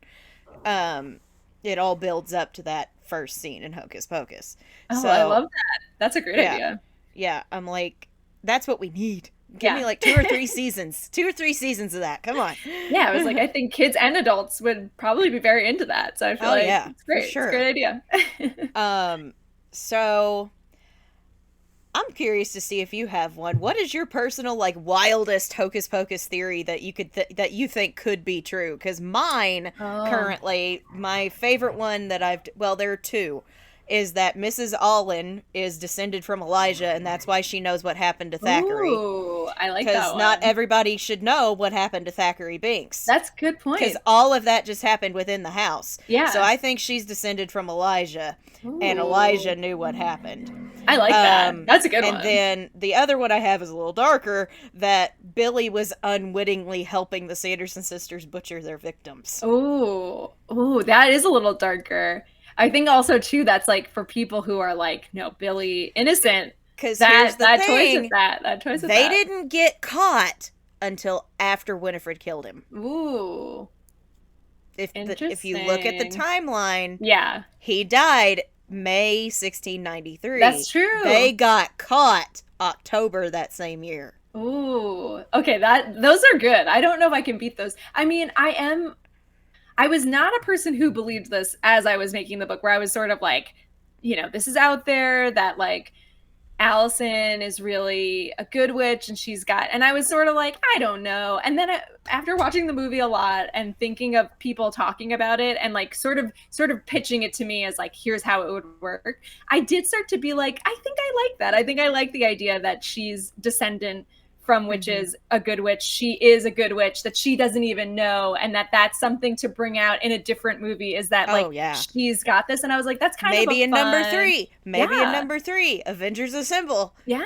So I was like, I think I started to get behind that more as like a kind of fun idea, that it's like you said, these people who are living in this in Salem have all of this backstory that maybe we didn't get to, but that maybe there's more to it, that they've lived there for so long and have descendants, and they like you said, are more involved than they think. It's not just the candle, there's other things that connect them. I'm like, I kind of like that idea, but I think I won't go say like, and if you watch the first one you're gonna see that she is a good witch. I'm just more like, I like the idea of it from little clues. Well, in the original novelization of Hocus Pocus, copies over there, Mary and Winifred say, oh, you're the descendant of Elizabeth Podberry, the good witch. Which I'm like you said, if you want to, and I'm want to deep dive into it. I was like, then I think, like you said, actually there is evidence. We can just be like, that got cut out of the movie, but it did get cut out. But there we go. Because after reading over the novelization, the book was more based on that first version of the script. Yes, which I think is the thing that I would tell people, like when they would be like, oh, have you read can you get a copy of the original, this darker version? And I was like, not easy to find. I think they would prefer, maybe Disney would prefer, like, that's not out there because it is not what the version that we have now. But I said the same thing. I was like, if you can get your hands on the novelization, you can get a taste of what it could have been. Like you said, you can sort of imagine a world. It's kind of the way I feel about the all new sequel, where I'm like, if you're a person who's like, Hocus Pocus 2 is not for me because it does not have the originals, my thing is like, go read the all new sequel and imagine what could be if that's the version of the story you want. So I was like, like you said, I think there's room out there for people to sort of dabble and find their and their I like that book is out there for those people. And I think myself, woof.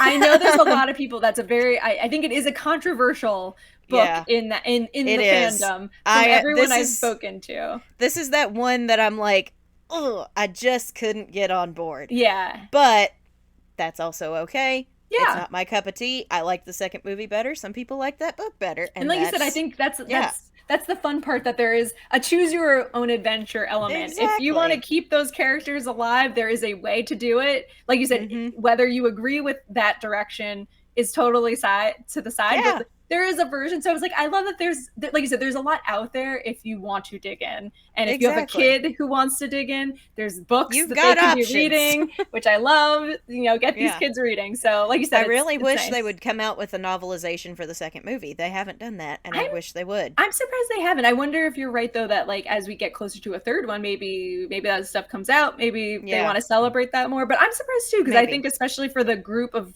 people who the young people who love that, I was like, a middle grade book, a YA book about why would you not? It seems perfect. I mean, that's a series, right? That's like that's like the way I love the Babysitters Club. I was like, that could be in that world of just like a little adventure for those characters. Exactly.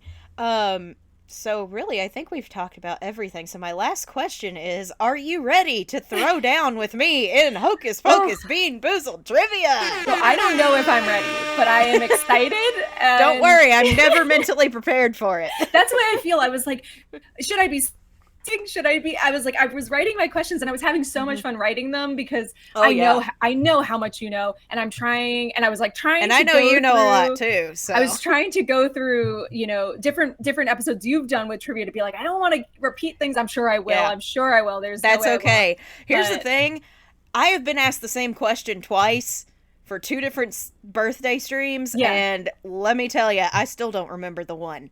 That's the thing. I think it's like sometimes you're like, I know it, but like on the spot, do I know it? Maybe not. I will say I did try to stick to like my questions are based in things in Witches Run Amok, just to be like, I can tell you that like this is the answer. Well, I think I have a source at least, because I didn't want to give trivia where you're like, someone said it, and you're like, oh, that's exactly kind of the worst trivia when it's like, oh no, that's not very specific. So I was like, I got one year where it was like, what is Mary's hairstyle based off of? And I was like, it's a pumpkin stem, because I've done my research. I know that that's a pumpkin stem. And the answer that they gave was the hill in The Nightmare Before Christmas. And I was like, that's not correct, but okay. Yeah. Like you said, it's like someone might have said that at some point, but that's not necessarily true, because I've actually deep dived into some of that stuff. Yeah. And I know it was based on that. Like you said, from people I spoke to too, they were like cornucopia and pumpkin stem is so like you said, it's like, I think there's some real like info out there that could prove that wrong. And exactly. So all right, Coven mates, if this is your first time watching Hocus Pocus Bean Boozled trivia, let me lay down our rules. There are a total of 20 questions.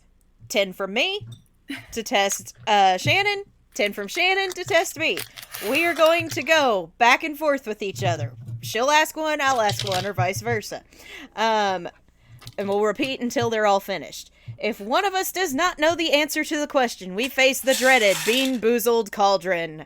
And inside this cauldron, there are jelly beans with delicious flavors like toasted marshmallow and tutti frutti and banana and pomegranate. However, all of these beans have evil twins with disgusting flavors like stink bug and smelly socks, wet dog, and old bandage, just to name a few of them. I have eaten so many old bandages.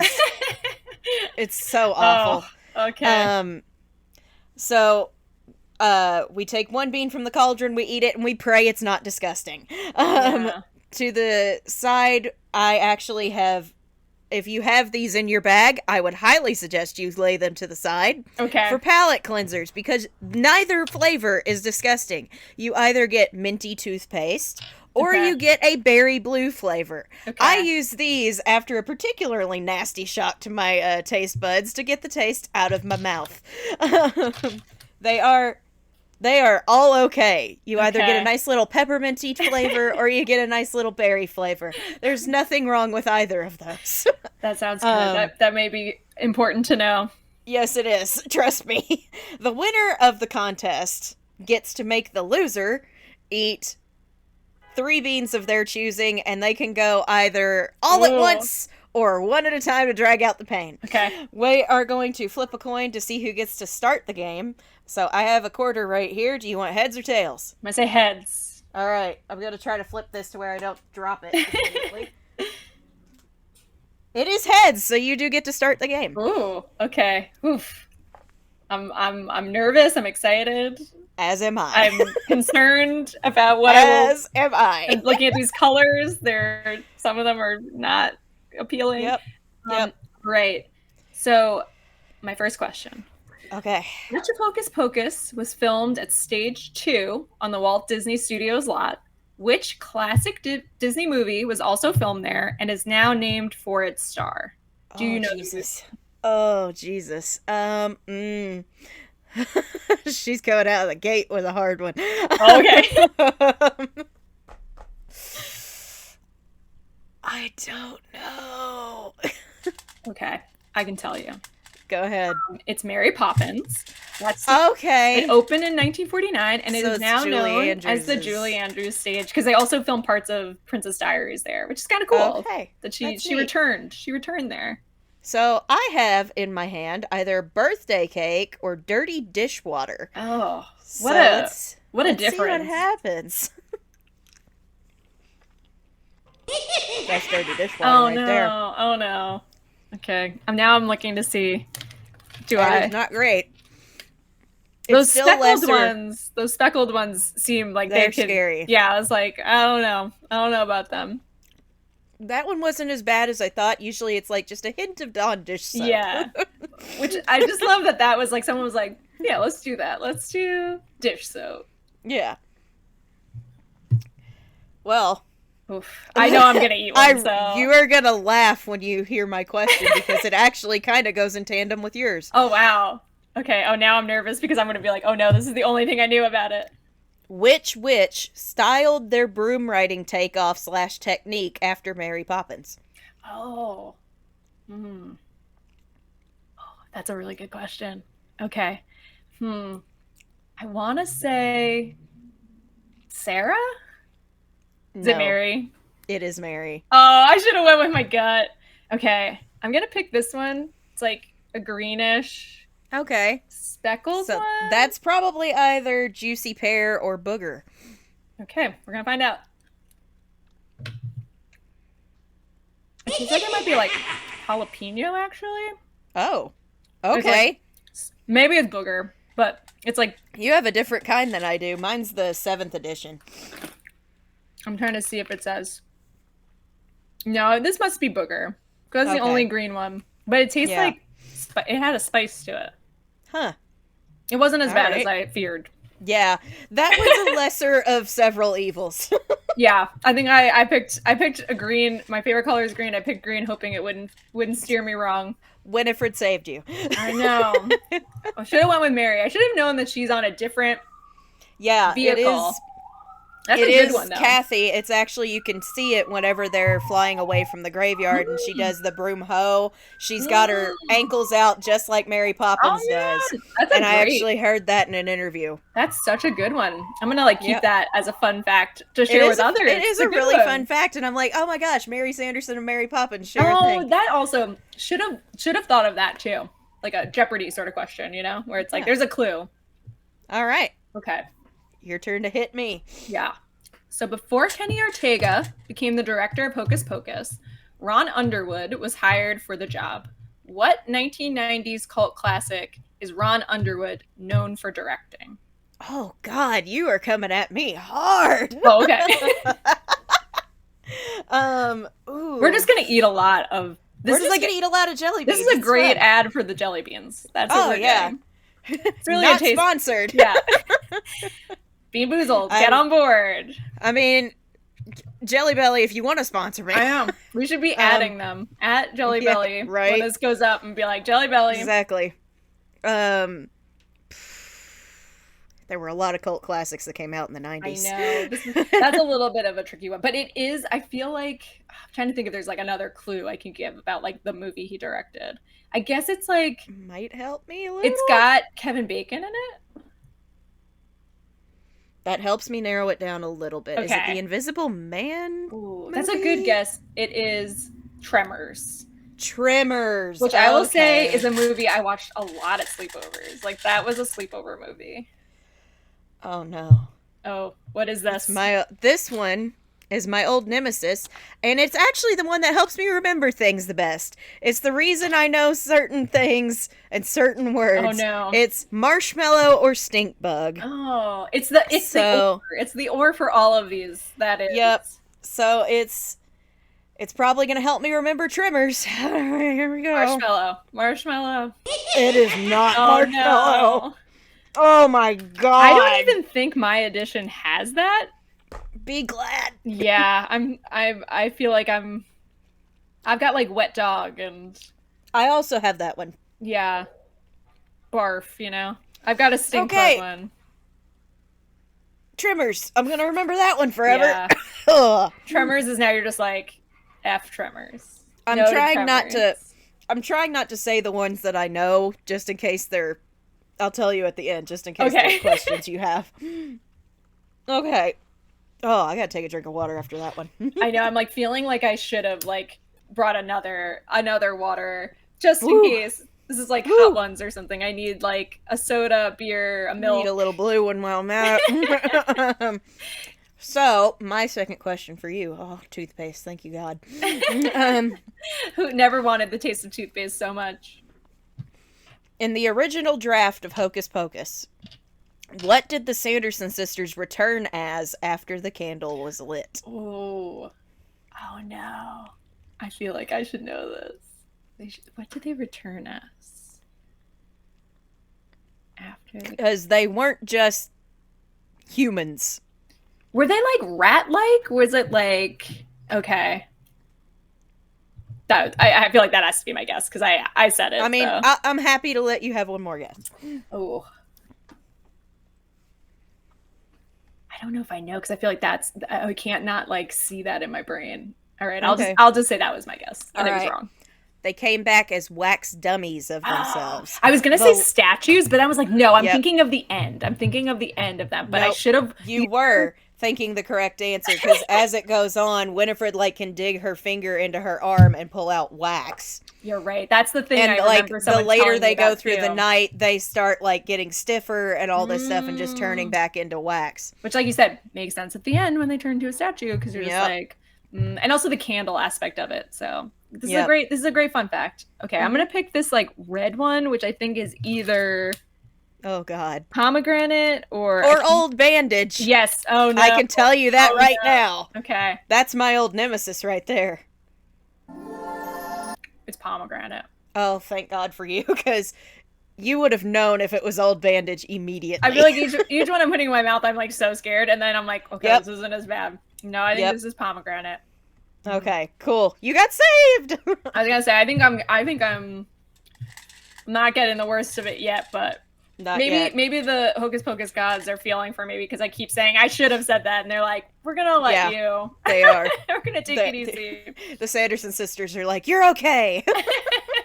You kind of know it, but you don't. Yeah. Okay, my third question. Mm-hmm. Hocus Pocus filmed many of its trick-or-treating scenes in Whittier, California. Mm-hmm. Which U.S. president spent most of their youth there? What? I swear, these are things that I learned from the book. They are in the book, so I didn't make these up. I didn't make these up. I need to go back and reread this book again. I also had to go back and be like, let me just fact check these. Let me see if I can give you a hint about, it's not like, it's a more modern president. It's not like George Washington or something. Okay. Which obviously wouldn't. I'm gonna take a shot and say Ronald Reagan. That is so close. It is Richard Nixon, but that is a very good guess, because also I feel like they both were from, like, the California is for both of them, but Ronald Reagan way more associated. So I feel like I feel like you shouldn't have to eat like half of a jelly bean. Like, I don't know. I gotta take the whole thing. It's how I am. Again, this is sponsored by Jelly Belly. Yep. Hit me up, Jelly Belly. I'm pretty sure this is either peach or barf. Oh no. But it could also be strawberry banana smoothie or dead fish. Oh. I'm not sure which one it is. All right, I'm rooting for the good ones of those. It's dead fish. Oh no. Oh no. It's dead fish. I don't think dead fish is... Oh no, it is one of the ones in here. Okay. So I could also be... It's dead fish with a hint of strawberry. Oh, delicious. That's going to make it way better. Don't worry. That strawberry is going to cool it down. It's going to... Fish and strawberries. There's a combination I never wanted to put in my mouth. Yeah, that's always on menus. Yeah, 100%. Yeah. Okay. So for you... Ooh, I'm so nervous. What deleted scene explains why Max reluctantly agrees to take Danny trick-or-treating? Which deleted scene?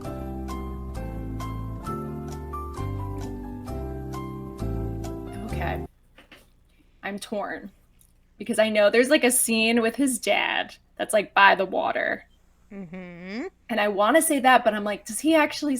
You know what? I'm gonna say that. Is it with him and his dad? Okay.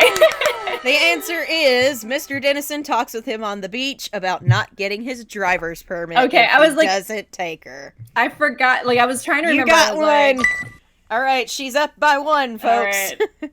That doesn't look good for me. Happy to have one under my belt. Yep. So Doug Jones made his film debut as Billy, but got his start acting in a series of McDonald's commercials. Yes. In which he played a character with a big moon head. What is the name of his McDonald's character? I cannot think of the name to save my life. I was gonna say Mr. Moonhead. Which I feel like, you know, that's half right because it is a huge moonhead. I don't know if this would help, but like the like clue I can give is it's a play on the Bobby Darin song Mac the Knife. I don't know if that helps. Big Mac the Moon? I don't know. That's close because it's Mac Tonight. Have you seen these? Tonight. Have you seen I have seen those commercials, yeah. They're pretty fun, but also very scary. Like yes, they are a little disturbing. It's a very big moonhead, but I feel like he's still very charismatic as like Doug Jones is just very good at acting and very good. Here we go. Is this a good one? Is this a good one? It's pomegranate or old bandage, and I guarantee it's going to be old bandage. I never get pomegranate. I feel it is pomegranate this time. Nope. Oh no. Nope. Oh my God, that's that Neosporin hitting me in the back of the throat. I think this is just all the bad ones. I think I have all the terrible ones. Yeah, I was right like, here. Your tin is all the bad ones. I think I have a bag of them, and I feel like they're nicer to you when you get the bag because I feel like I've been lucky so far. These are the same ones I used for my birthday stream this year. You're just like, they're there. They're there to punish you. They are. They really are. Oh my gosh, I hate that one so much. Just the name. But like I've had so many of them that I'm getting used to it. Yeah. I guess that's like what would happen, that you're just like, I'm numb to the I think also too, if you have like you just keep having jelly beans, they all kind of start to taste the same. So like that's all you can hope for is like I'll pop a blue one after that. I do love you have a great like the blue ones. I have put them to the side just in case. They are saving me. I'm like prepared for when I get like barf or something, and I'm like nope, need a blue one, need some toothpaste right now. Those are actually really quite refreshing, I have to say. That's good because I feel like you said, unfortunately, like this is a real crapshoot. So like if you find ones that are pretty good that you can like reliably be like, this one's pretty good, that's a good. You're in good standing. Yeah, little palate cleanser. Yeah. Okay. So, which version of "I Put a Spell on You" did the Sanderson sisters cover and do better? Oh, which version? Okay. Because there are two. Yeah. That's so funny because I'm trying to think of because I did talk to people about this, but I'm like, did they say? I mean, I want to say it's Screaming Jay because that's the original, but I'm also like, and I feel like that's what came up when I talked to them. So I guess I'm going to say that. You are correct. Okay. I was so nervous for a correct. second. I will say, fun little fact was that some people told me that Screaming Jay Hawkins was almost the skeleton singer in the movie. Oh, that would have been awesome. But that he maybe wasn't, he was a little older, wasn't feeling as well, wasn't like able to do the part, but that he was cast. But I was never able to confirm, but that was like the rumor I heard. And I kind of hope it's true. That would have been really fun. Yeah, but I do love the skeleton singer, Joseph Malone, in it. I think he does a great job. So I'm like, we wouldn't have gotten him. So I'm like, we're good, We got lucky. Yeah, for sure. Okay. So the Swedish pop duo Roxette wrote a song for Hocus Pocus called Almost Unreal. It was supposed to be Hocus Pocus's theme song, but it was cut from the movie. But it did go on to appear in another movie from 1993. What movie did it show up in? Trying to think of what all came out in 93. I know. It's like, I will say it's another like kid-friendly movie. Okay. It's like a movie aimed at kids. Or I think it's also in the Hocus Pocus range where it's like it's aimed at kids, but is it a kids movie? In case that helps. That does help a little bit. I'm trying to think of what year two specific movies came out. Yeah. I'm not like great with the years that things come out. My husband is very good at that. He like knows that's not my I'm not as good as that. Yeah.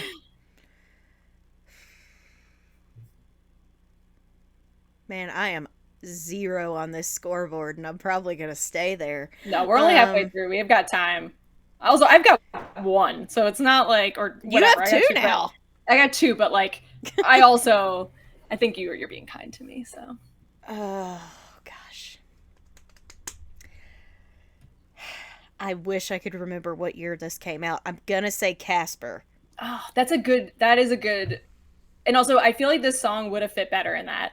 The movie that it wound up in was the Super Mario Brothers movie with Bob Hoskins. That's it. Yep. Fun fact about it is they rewrote most of the lyrics once it was going to be in Super Mario Brothers, but they still included the chorus, which is "I love when you do that hocus pocus to me," and that's how you know it wasn't for them. I don't know if you've ever heard the song, but like I have not. I think I may have once. I was like, if you hear it or if you listen to it or choose to listen, anyone listening, yeah, please listen to it and tell me how you think that would have fit in Hocus Pocus, because it does not fit. It does not fit in that. I don't think it really fits in Super Mario Brothers either, but okay, a lot of things didn't fit in that Super Mario Brothers movie though. That's a good point. So it's just one of the things that you could. This one is peach or barf. Okay, peach. It's barf. Oh no, your tin is just the bad barf. Ones. Your tin is just the bad ones. This cannot be true. This cannot be true that you've only picked out the bad ones.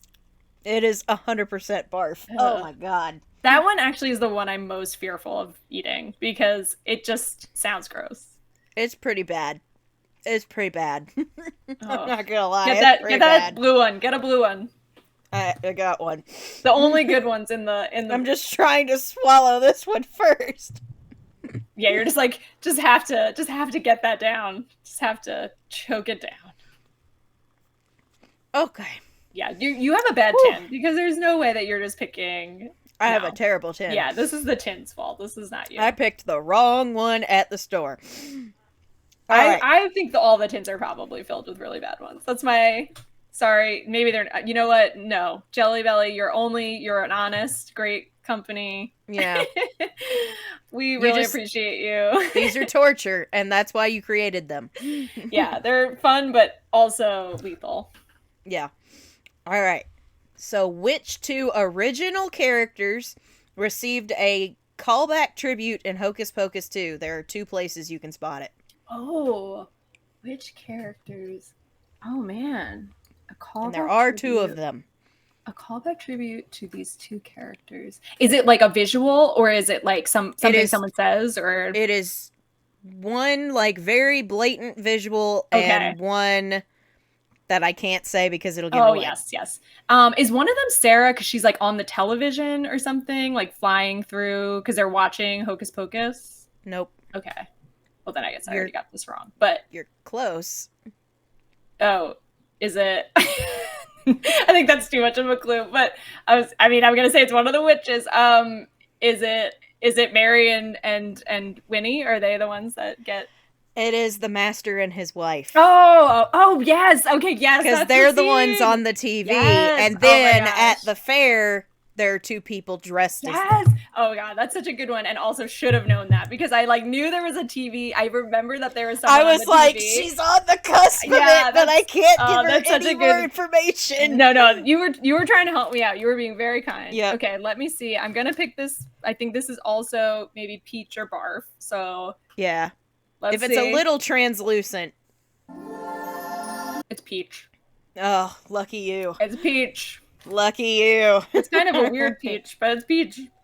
Yeah. It's a peachy barf. That's a good one, though, because I do remember, like, when they... And you know what I'm saying? I missed that because I love those 2 in the movie. They're, like, 2 of my favorites. Oh, when I watched that for the first time with my brother, he, like, kind of sat back in his chair and he was like, that was too meta for me. Yeah. He's like, that was almost too meta for me. Other people saying that too, where they were just like, oh, wow, that's really good. I'm very upset at myself about the ones I've missed. That is okay. Let me see. Okay. Let me see if this is... I'm trying to find, like, a better one. This one. I don't know if this one's good. Okay. Go ahead. I haven't gotten any right. Here you go. This one. Leonardo DiCaprio was considered for the role of Max, but turned it down to do another movie, which earned him his first Academy Award nomination. What is the name of the movie that he did instead? What's Eating Gilbert Grape? Yes. I finally got one. I'm on the board. I'm on the board. It's so funny to imagine. Like, those are such different movies. They are very different movies. But I feel like it all worked out because I feel like Omri is so good in the movie that, yes, we wouldn't have gotten that. So I feel I like what Leo's done. So, like, I think it all worked out. Okay, so why did Sarah Sanderson's hair change from straight to wavy or curly throughout Hocus Pocus? Ooh. Oh, that's a good one. I don't know if I know that. This is on purpose. Oh, okay. This is on purpose. Why does it change? I don't know. Does she get wet? I can't remember. I don't think that's right, but... No, because it happens more than just the deleted pools. Oh. Interesting. Well, I feel like that's my answer, but I'm interested to know why. Yeah, because I don't remember hearing this. It was a nod to The Wizard of Oz with Dorothy's hair changes. That's pretty cool. I do love all the very subtle thing that they wanted to do. Yeah, that's really good.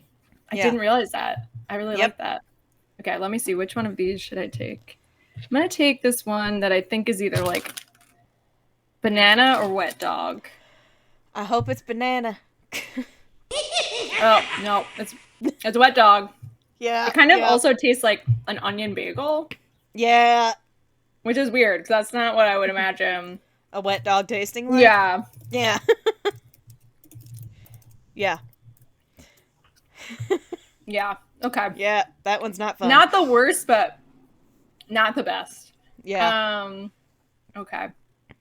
I'm just glad I haven't pulled out the one I hate the most. What is that one? It's pure black, and it's either licorice or burnt rubber. Yeah, I don't like either of those, because I don't really like licorice. I don't either. So I'm like, you're right. It's like, neither is actually good. Some of these, I feel like if you get one or the other, like, one of them could be good, but I'm like, I don't really like, I'm like, would I prefer to have the burnt rubber? You would not. You would not. I'm going to stay away from that. I'll stay away from that. I'll keep that to the end. If I get one of these like last ones wrong, I will definitely, I'll have to do it. That's the real punishment. Okay. My turn. What are we on? We on 7? 7. Okay. In the movie, Vanessa Shaw's Allison reads the plaque on the book that she finds in the Sanderson house, and she says, "Made of human skin." But the original plaque that appears in the movie actually says something different. Do you know what the plaque actually said? No. So this was like a fun thing I learned from Don Yesso. That apparently it's in a like deleted scene that you can like see it clearly. That makes sense. But he said that it originally said that it was made from the skin of a child. The book was made from the skin of a child. And that Disney made them change it because it was a little too dark. Gee, I can't imagine why they would think that's a little too dark. Yeah, but Don Yesso actually had the original one because his friend who worked on the movie made it. So he actually had it for a long time and then like sold it and had to like confirm that it was real. And it was like, they found out that it was real. And from there, crazy. Yeah, he says that there's a deleted scene that you can see it up close, and he was like, I'm sure they deleted it because they didn't want people to see what it said. But I was read that, yeah, that's pretty dark. It's already pretty dark, made of human skin, but made from the skin of a child. That's I get it. I actually just recently did a theory on who actually created book. So I have Tutti Frutti or Smelly Socks. Tutti Frutti. Tutti Frutti. It is Tutti Frutti. Yes, finally the tin did not do you dirty. I don't trust that tin. This one is short, and I can't give you any clues. Okay. What is Allison's last name? Oh my god, that's such a good one because I don't think I know. I didn't until recently. I know. I was like, did I ever write it down when I was doing the book? Like, did I ever put her full name? Oh my god. Allison. I don't think I know. I don't think I know. I don't think anybody knew, This is including so myself good. until recently. This is so good. It is Allison Watts. Ooh, I maybe have written it down once, but you're right. It's like I don't even think I used it in the book really because I think I was like, no one knows her last name. No one knows That's her a last good name one. That except is for a the good people one. who worked on the movie. Yeah, I was gonna say, And that which was some I love trivia I those. found out. Those are like some of the fun ones when it's something like that. When it's like, oh, you think you're like, that's such an obvious question. Someone's last name, a character we all know. But I love, like But you they said, never say it once in yeah. the movie. That's so funny. That's so good. Okay, I have one that I think is either toasted marshmallow or stink bug. Stink bug. Oh boy. Oh, it's stink bug. Yeah, that one's bad. It's pretty bad. It has like a real like lasting. It does. This is It actually does not... this is the worst one I've had. Yep. You might want to pop a blue one after that. Yeah.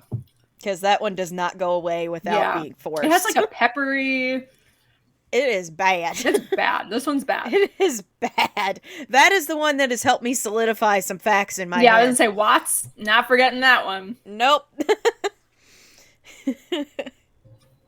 All right. I think still bad, but we you might soldier want a on. blue. We soldier on. Okay. What character has Doug Jones said he would have wanted to play if he wasn't Billy Butcherson? Male or female, or did it have to be male? It doesn't have to be male, but it might be. Okay. But it doesn't have to I just be. wanted to make sure because sometimes they give answers like that.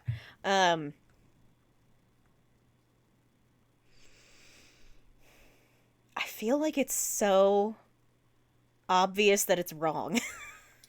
Well, maybe that's why it's right. Did he say Winifred? Oh, now listen. I think that he would be great at Winifred. So I feel like and I know how much he loves Bette Midler. He told Don Yesso, and there is a video of this, so I've seen it, that he would have wanted to play the bus driver. Okay. That was the role he would have loved to play, and that like Don Yesso was like, you need to do a video of this right now. And when they were together, they did like a video saying it. And I was like, that's funny. Yeah. I was also just like, that wouldn't be the one I would have maybe guessed because like you said, I would have maybe thought like that one seems too like. Because I was at a panel once and that was actually my question for everybody was who would you have rather played? And I think that was what was in my head right there was I think he said Winifred at that panel. Interesting. So maybe you shouldn't have to eat one because maybe you have. No, I think I should eat one. I think I should eat one. He does feel like he would have been a good Winnie. Be very like movable. Oh no, what did you have? Oh no, just put that one back. No one knows. We don't need to know.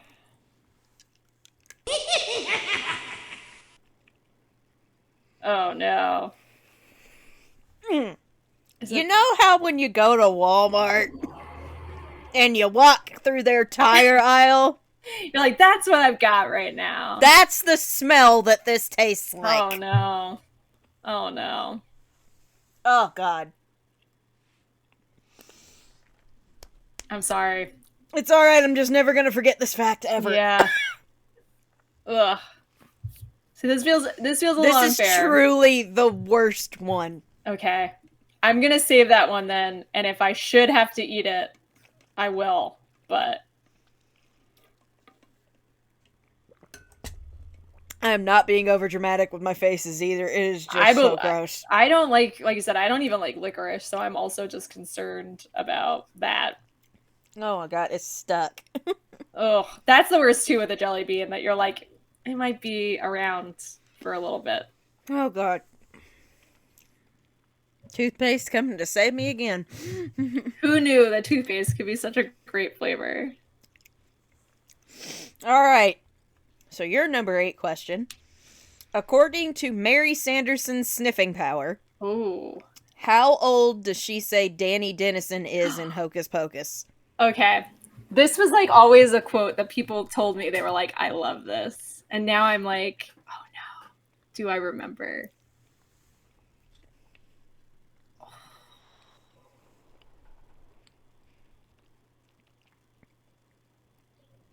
Ooh. Ooh, I want to say she's like, I can't remember if she's like, I want to say it's 7 or 8, but I'm like, is it 6 or 7? That's my concern. And I'm trying to like hear her say it. I know, I'm replaying it in my Yeah, head I'm right like, now. oh no, can I like actually? And then I'm also like, no, am I wrong? And it's 8 or 9. I'm also just like, how old would she have been at that time? This is one I cannot give you any clues. Oh no, I mean, yeah, I mean, it's. I feel like it would be the answer. I'm gonna say 7 or 8, but I think I'm wrong. I'm gonna do the quote, and you're gonna kick yourself. Ugh. I know I am. Because the answer is 8.5. Oh! And she says 7, maybe 8.5. Yes. that half. All right. That half. That's a good is what one. That's a gotcha. good one. All right, let me see. Let me pick a different color than what I've had. Whew. Okay, so I think this is Stinky Socks or Tutti Frutti. I think it's Tutti Frutti. Okay. But it might be Stinky Socks. Like, I feel like these two are like Fruity socks. yeah, they might. This might be Fruity a Fruity Socks because it's like I don't know that I'm loving this, but it also doesn't taste bad enough to be. It also isn't like horrifying. Yeah, so I'm like, yeah, okay, whatever it is, it's not as bad as it could be. exactly. Ugh. Okay. Ugh. Are we up to 9? This is 9? Yes. Okay. Hocus Pocus costume designer Mary Voigt is also known for creating an iconic costume for a movie that also features a very famous black cat. What is the movie and/or the character she designed this look for? Oh. That's a little bit of a trick, the black cat thing, but if you know it, you'll be like, oh, okay. I'm probably going to hear you say it and kick myself. I feel like that's how this has run for both of us, where we're like, yeah. I was so close. I knew it. Should have known it. I'm trying to think of other movies that have a black cat. Is it another, like, witch movie? No. Okay. But it is like maybe like a more fantastical, like there's a fantastical element to it. I don't want to give too much away because I feel like if I say it'll be too obvious. That helps a little bit, but not enough that I've got also, like, around the same time, like in the 90s. So it's not a more recent movie. That would have gone later.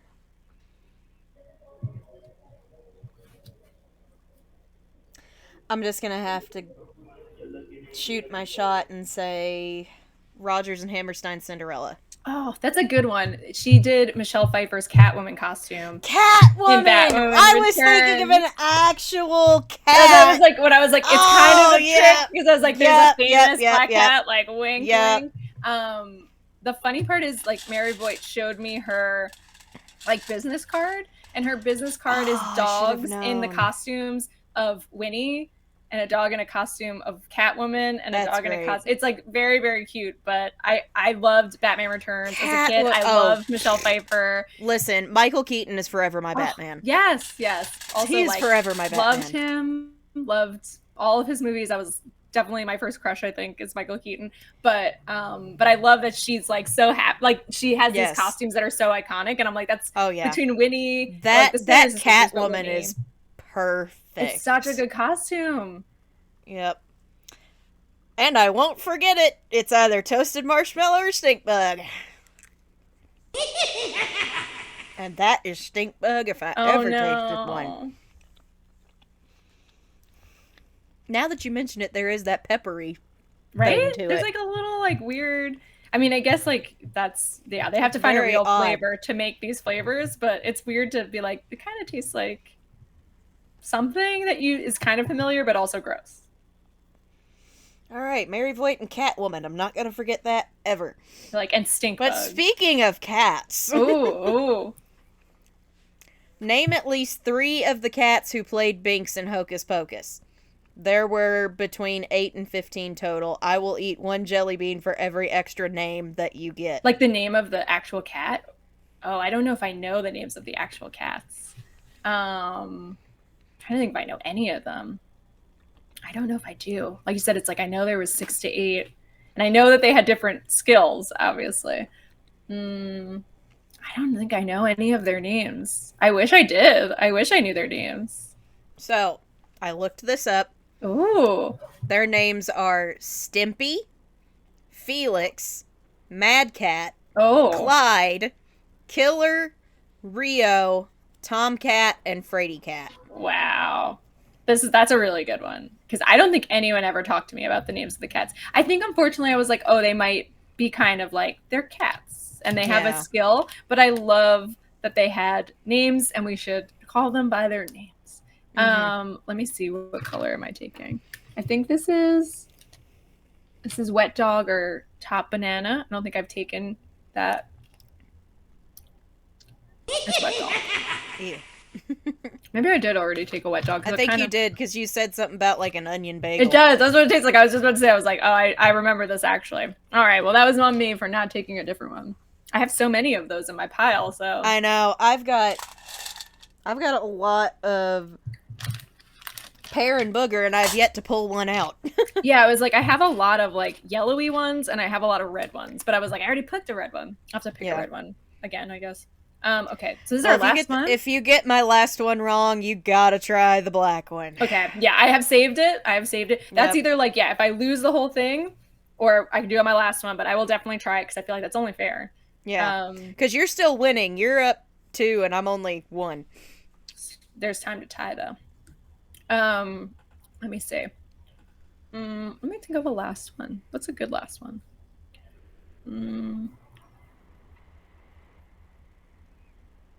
Okay, it's a little bit of a trick, but I'm gonna do it. So the movie, as we discussed, was originally called Halloween House. Yep. Who came up with the title Hocus Pocus? This is in the book, kind of. So, okay, like, a little bit of trick, though. A little bit of trick question.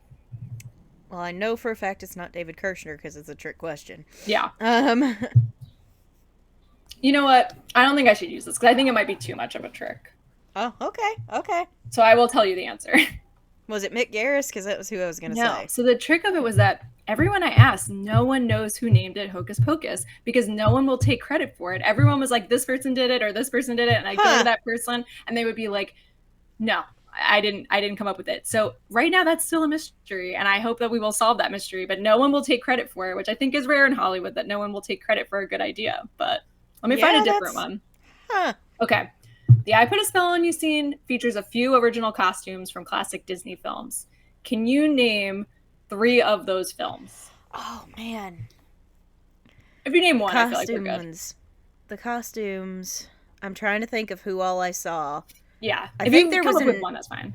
There had to have been... Is Annie Get Your Gun one that Disney did? Because... So, no one told me that was one of them. They talked about how there was, like, yeah, like a sort of, like, gun tootin' gun, but I don't think that's like I think it is based on that, but that's not a movie. So like, yeah, like these are, I'll say, like, to be more specific, these are costumes that literally were used in like a Disney film, like they are like live action Disney films. They were a live action Disney film. They took those costumes from the archives and like used them that helps to help, because I feel like you're right, there's a lot of people in it that are like look like characters we know, but like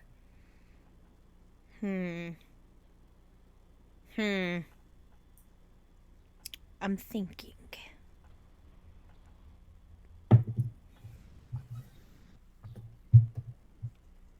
You can name one. No, you don't have to name 3. I can't even think of one. Because I'm trying to think of all the live action ones that would have come out. Yeah, I feel like that's like the little bit of the trick, right? It's like stuff that came out in the 80s.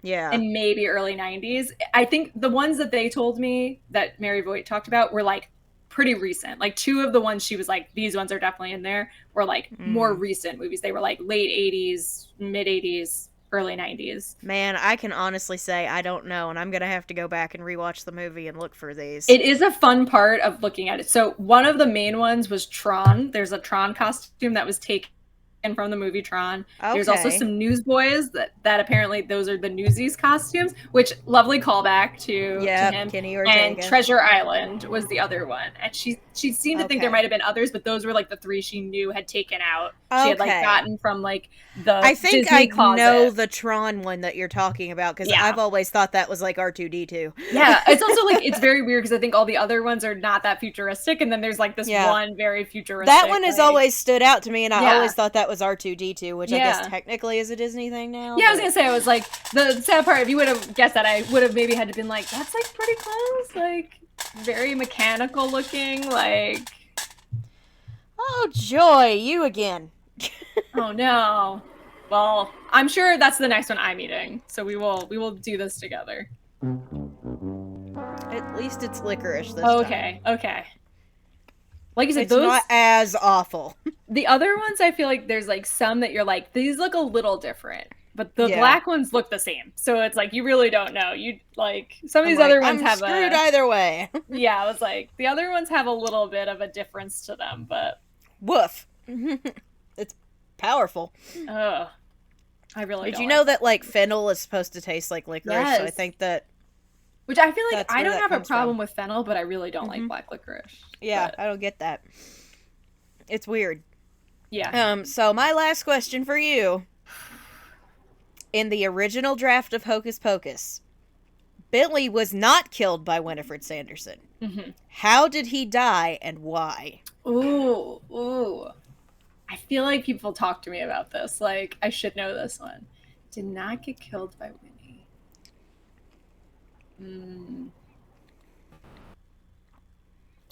Did not get killed by Winnie, but how would he have died? I don't know. Okay, I'm gonna say he got killed by Sarah, which I know isn't true, but I don't remember. So he was hung for being Ooh. a serial killer called Billy the Butcher. Oh, I did remember someone talking about they were like also a little Yeah. too dark, perhaps. Though I'm, like, Original the idea of him being killed by one of the other characters is also like Mhm. for having an affair with this Yeah. is like also still pretty dark. messed up. Pretty dark, but that's really dark. All right, I will Yeah. have one of the black ones. All right, have fun with that. It's definitely rubber, Yeah. and it really tastes like rubber. The smoke part is what gets me, because I'm like, It how are you has- making me feel like there is smoke in my mouth? It has a mesquite flavor to Mhm. it. It's weird. Not as I bad hate as I was that one. expecting, but not good. Not good. That is the one that hits me in the back of the throat. It tastes 'Cause the chemical. longer it is in my mouth, the worse it gets. It tastes chemical. Yeah, it doesn't Mhm. taste good. Well, I would say overall, I didn't do great, but I did learn a lot of new things, so I'm very happy. I did as well, which is but a you new- are the winner, so I get to eat 3. Oh, I don't even Oh. want to put that like that's as the winner. I don't even want that to be the results. I gotta accept my punishment. Oh, So, no. I'm afraid of which ones you pulled out. I have toasted marshmallow or stink bug, juicy pear booger, or dead fish, or strawberry banana smoothie. Are you putting them all in your mouth at the same time? Or are I you don't doing- know. I was gonna say, should I go all at once or go one at I a don't time? know. I kind of feel like that would be worse, but maybe I'm wrong because I feel like if there's a good one in there, I'd rather just enjoy the good one. But this is I am new to this, so All you right. tell me if you think I'm it's doing better. all 3, and I'm Okay. probably gonna regret my decisions. You'll be sorry! I deeply regret Oh, my no. decisions. Oh no! Can you tell like which ones you're having, or is it They're just all bad? horrible. I would say it's just bad. It's just bad. They are all horrible. I'm eating 3 blue ones as soon as this Yeah, I was gonna blob. say I was like you should have just taken 3 blue ones and been like, oh, I picked 3 blue ones. How did that happen? Oh my god, I'm never doing this again. Oh my god.